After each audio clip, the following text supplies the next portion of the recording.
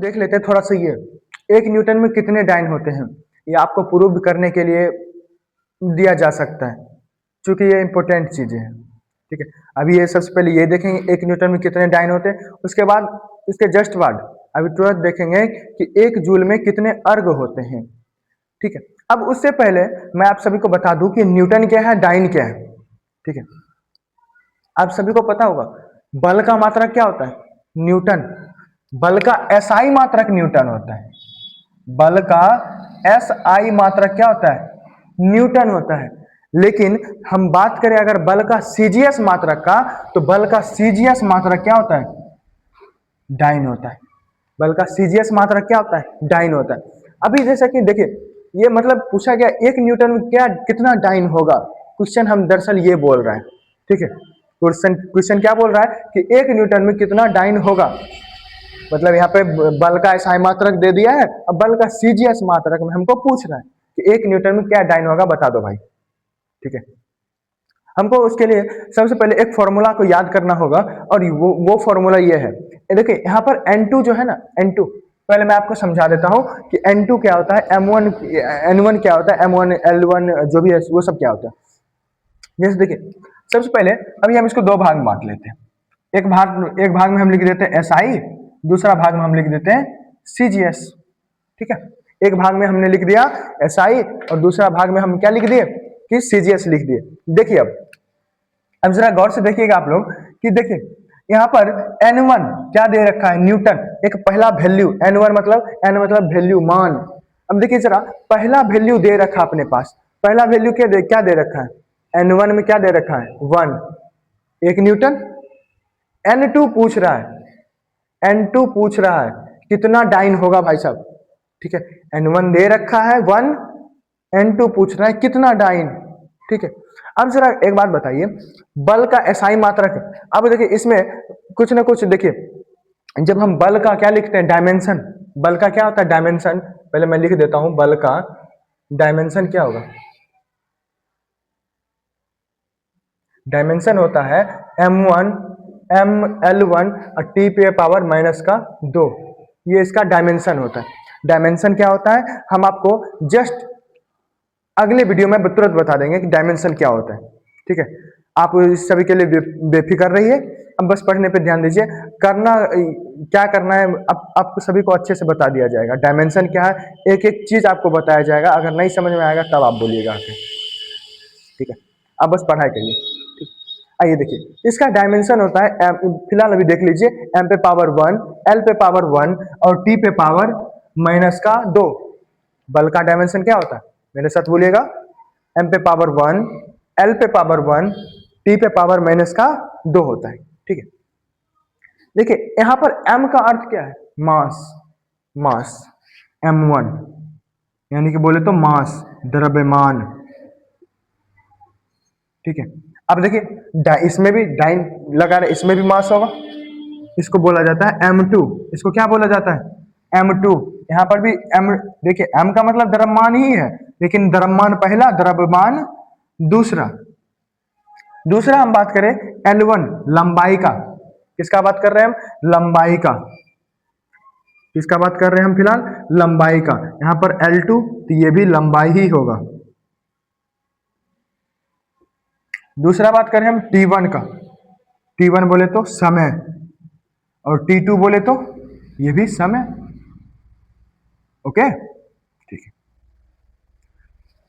चलिए अब आप सभी को पता चल गया होगा कि इसमें M, देखिए एक फॉर्मूला है, N2 equals to N1 into M1 bye M2 उस पे पावर X। अब देखिए X क्या है, ये देखिए इस पे पावर दिख रहा है आपको, 1 1 2, यही है X Y Z, ये X Y और ये Z, समझे बात को, X Y और Z।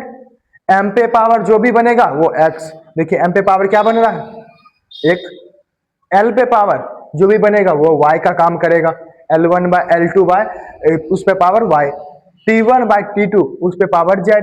अब यहाँ पे T का पावर जो भी बनेगा वो Z का काम करेगा। ठीक है, आइए हम समझते हैं थोड़ा सा, अब लगाते हैं इस फॉर्मूले को। ठीक है, और निकालते हैं N2, लगाइए इस फॉर्मूले को। अब बोलेगा सर N1 कितना दे रखा है, मैंने आपको शुरू में ही लिख दिया कि N1 क्या दे रखा है, 1 दे रखा है। अब एक बात आप सभी को याद करना होगा थोड़ा सा, जो कि मैंने आप सभी को पढ़ा रखा है। नहीं देखे हैं वीडियो? क्यों नहीं देखे हैं? देखना तो चाहिए। आप सभी जाके देखिए, जल्दी से जाके देखिए वो वीडियो, ठीक है। और उसमें मैंने आप सभी को मात्रकों की प्रणाली का जो टॉपिक था ना, उसमें बता रखा है मात्रकों की प्रणाली। यूनिट एंड मेजरमेंट का पार्ट 2 वाला वीडियो में ये आपको मिल जाएगा। आइए देखिए, फिलहाल देखिए, जो देखे हैं वो सीखिए। एसआई, अब एक बात बताइए, एम का मतलब क्या होता है? द्रव्यमान। द्रव्यमान, इसको ये द्रव्यमान, ठीक है। अब बताइए आप ही सब बताइएगा, द्रव्यमान का मात्रा क्या होता है? द्रव्यमान का मात्रक केजी होता है कि नहीं होता? द्रव्यमान का मात्रक केजी, लिखिए केजी। किसमें? ऊपर वाले M1, M1 जो है एसआई में है, M1 एसआई मात्रक लिखना है, जबकि M2 जो है ये सीजीएस है। M2 यहाँ पर हम द्रव्यमान का सीजीएस मात्रक लिखेंगे। द्रव्यमान का सीजीएस मात्रक क्या होता है? सी जी मतलब ग्राम, ठीक है, इनटू। अब यहाँ पर देखिए L1, लंबाई का एसआई मात्रक क्या होता है? अब सभी बोलोगे कि सर मीटर होता है। क्या होता है? मीटर। इस पे पावर x देना भूल गए हम, ठीक है। अब देखिए, अब लंबाई का मात्रक होता है मीटर। अब लंबाई का सीजीएस मात्रक क्या होता है? सी, सेंटीमीटर, इसका पावर y इंटू। अब हम बात करें समय का, समय का सीजीएस में, एफपीएस में, एमकेएस में सभी का मात्रक सेकेंड ही होता था, इसमें कोई बड़ी बात नहीं है, नहीं कोई नई बात है। तो सेकेंड, इसका पावर जेड, ठीक है। अब लिखिए N2 बराबर 1 इंटू केजी। अब देखिए, इस ग्राम को तो यहीं पे रहने देते हैं, इसको हम केजी में, ये केजी को हम ग्राम में चेंज कर लेते हैं। क्या बनेगा यहाँ पर? 1000 ग्राम बट्टा 1 ग्राम बनेगा? नहीं बनेगा। अब जब हम वैल्यू रख दिए हैं, आप ही बताइए, उस हिसाब से यहाँ पर जो मास है, मास का पावर कितना है? 1। यहाँ पर देखिए मास का पावर क्या है? 1। हम इस पे पावर x की जगह पे क्या लिखेंगे? 1 लिखेंगे। फिर देखिए मीटर, यहाँ पर है सेंटीमीटर, हम इस मीटर को सेंटीमीटर में चेंज कर लेते हैं। अब जरा गौर से देखिएगा, मीटर को जब हम सेंटीमीटर में चेंज करेंगे तो 100 सेंटीमीटर बनेगा। नीचे हम कितना सेंटीमीटर दिया हुआ है? 1 सेंटीमीटर दिया हुआ है। इसका पावर कितना बनेगा? इसका पावर बोलोगे सर कि यहाँ पर लंबाई है, इस पे भी 1 दे रखा है, इसका पावर कितना बन जाएगा? यहाँ पर भी पावर 1 बन जाएगा। उसके बाद देखिए सेकेंड, सेकेंड ही है, इसको यहीं पे आपस में काट दीजिए, काट दीजिएगा, क्या बनेगा? अब देखिए यहाँ पर बनेगा 1/1, इसका पावर -2, ठीक है। अब आइए थोड़ा, ये ग्राम से ग्राम कट जाएगा, सेंटीमीटर से ये सेंटीमीटर कट जाएगा, कटेगा कि नहीं कटेगा? सर बिल्कुल कटेगा। देखिए अब यहाँ पे N2 बराबर क्या बचेगा? N2 बराबर क्या बचेगा? वहाँ 1 बचा, इंटू यहाँ पर देखिए 10 का पावर 3 यानी कि 1000, यहाँ पर क्या बचा? 100 गुने 100। यहाँ पर देखिए जरा 1/1।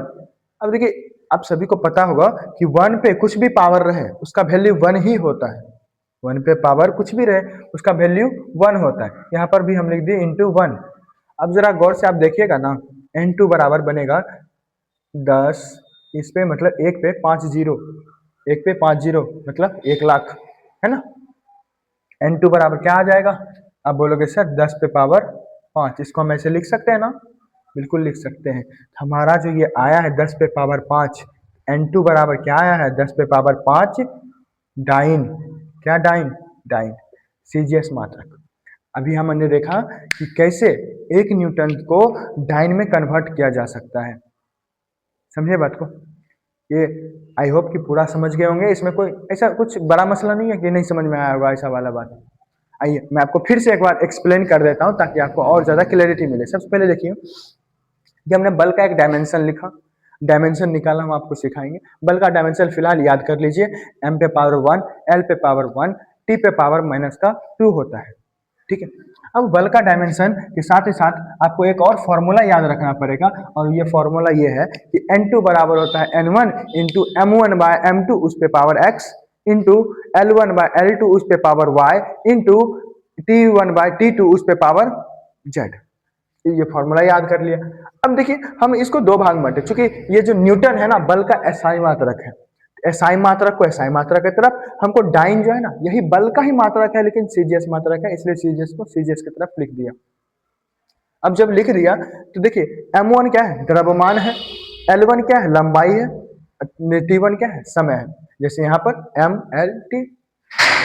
उसी तरह M2 द्रव्यमान सीजीएस में, ये एसआई में है और ये सीजीएस में है, L2 लंबाई, T2 समय हो गया।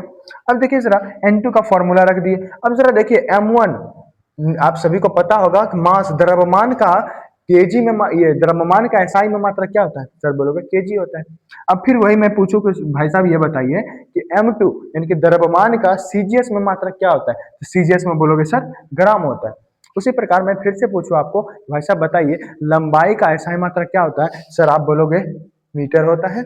वही मैं पूछूं सीजीएस मात्रा क्या होता है, तो सेंटीमीटर होता है, वही मीटर बाय सेंटीमीटर, उस पर पावर फिर वाई डाल दिया। और कुछ भी हो, एमकेएस हो, एफपीएस हो, सीजीएस हो, सभी में जो है ना टाइम का मात्रक सेकेंड ही होता है, इसलिए यहाँ पर भी सेकेंड और यहाँ पर भी सेकेंड, उस पर पावर जेड। अब जरा देखिए, अब ये हम क्या कर दिए, केजी को ग्राम में चेंज कर दिए, है ना, इस केजी को ग्राम में चेंज कर दिए, तो एक केजी में 1000 ग्राम होता है, ये आप जानते ही है। 1 ग्राम नीचे है वो उसको लिख दिया, उस पर पावर 1, चूंकि यहाँ पे पावर 1 है। देखिए अब इस फिर से मीटर को हम सेंटीमीटर में चेंज कर दिए। आप सभी को पता ही होगा कि 1 मीटर में कितने सेंटीमीटर होते हैं, 100 सेंटीमीटर होते हैं, ठीक है। एक एक जो मीटर होता है उसमें कितना सेंटीमीटर होता है, तो 100 सेंटीमीटर होता है। हम इस मीटर को सेंटीमीटर में कन्वर्ट कर दिए, नीचे में 1 सेंटीमीटर का 1 सेंटीमीटर रखा हुआ है, यहाँ पे 1/1 कट गया आपस में, 1/1, उस पर पावर माइनस का 2, 2 कहाँ से आया, ये देखिए 2 यहाँ से आया।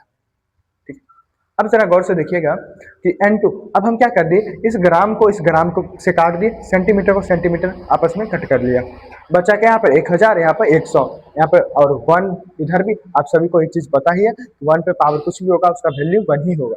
अब जरा देखिए यहाँ पर 1, यहाँ पे है 1000 और यहाँ पे 10, यहाँ पे यानी कि 10 पे पावर 5 जीरो बन रहा है, वही हमने लिख दिया N2 बराबर 10 पे पावर 5, है ना। यानी कि अब क्या निकल के आया, 10 पे पावर 5 डाइन, यानी कि 1 न्यूटन में कितने डाइन होते हैं, 10 पे पावर 5। और आप